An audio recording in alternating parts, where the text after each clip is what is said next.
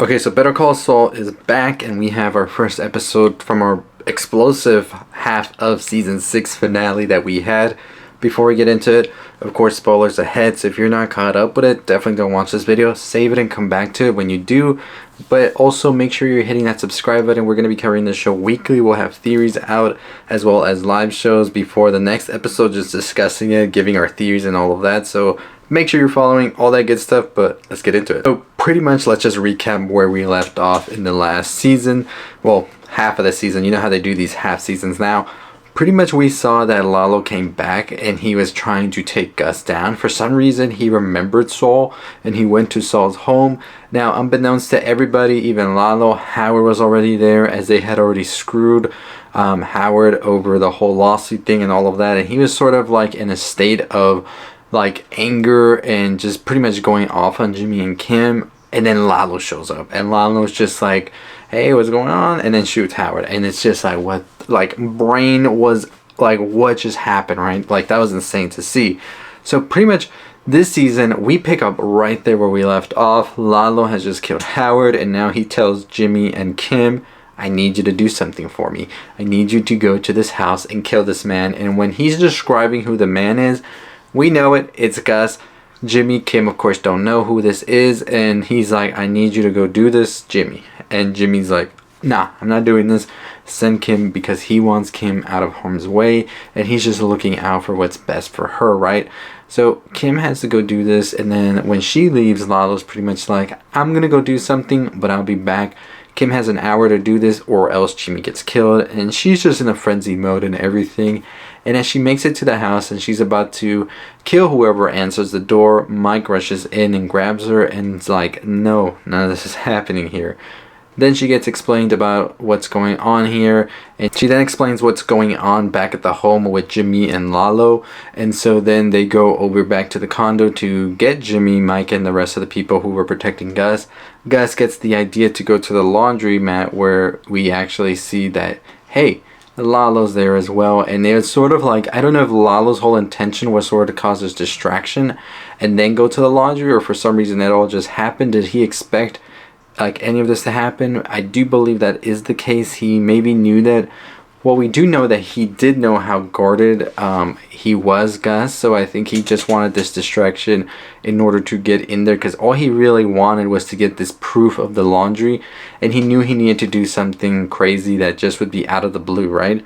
So when Gus shows up there, Lalo actually kills all of Gus's bodyguards, and then he gets Gus on his knees to try and show Don Eladio what Gus is actually doing, going behind his back and all of this, making Gus give them a tour of the facility as well as the underground area he has built for the lab he wants done, which we see, of course, in Breaking Bad. And he's pretty much just filming Gus doing all of this. Mike figures out that this is happening when Jimmy tells him that Lalo pretty much left right after he did this whole thing with Kim and all of that. So Mike's already like, shit, this is about to go down. We need to go back to the laundry place. Now, Lalo has Gus by the gunpoint, and he's pretty much telling him to say his final words, which Gus uses to pretty much slander Don Eladio and say how much of a pig he is and all of that, and how he's gonna kill all the Salamancas. And this pisses off Lalo, but before he can even do anything, Gus makes sure the lights get cut off, jumps into his gun that he has stashed, and shoots Lalo dead. Lalo's dead. I did not expect that at all. I was just like, what? And so we pretty much see then Mike go back to Jimmy's home, explain what's going to happen. They're going to get Howard, hide his body, make his death look like he caused it himself, going into the ocean, all of this. Him and Kim have to pretend like everything's good, nothing's wrong, nothing's happening, and just go about living their days. But of course, how is this even going to be possible with everything they've just experienced, right? It looks like Kim's not in the right space at all anymore, and I don't know exactly how this is going to fare for them in the coming like months, days, whatever you want to call it. It's going to be interesting, right? So that's pretty much how our episode ends. Lalo is dead. I did not expect that. I was like, hold up, I thought he was going to be a villain until like the very end, but now he's completely gone. So I'm just sitting there like, where do we go from here? So of course I have theories I'm going to be doing tomorrow. We'll do a theory video on this. Where do we go from here? What's next? So stay tuned for that by hitting the subscribe button, hitting that notification as well.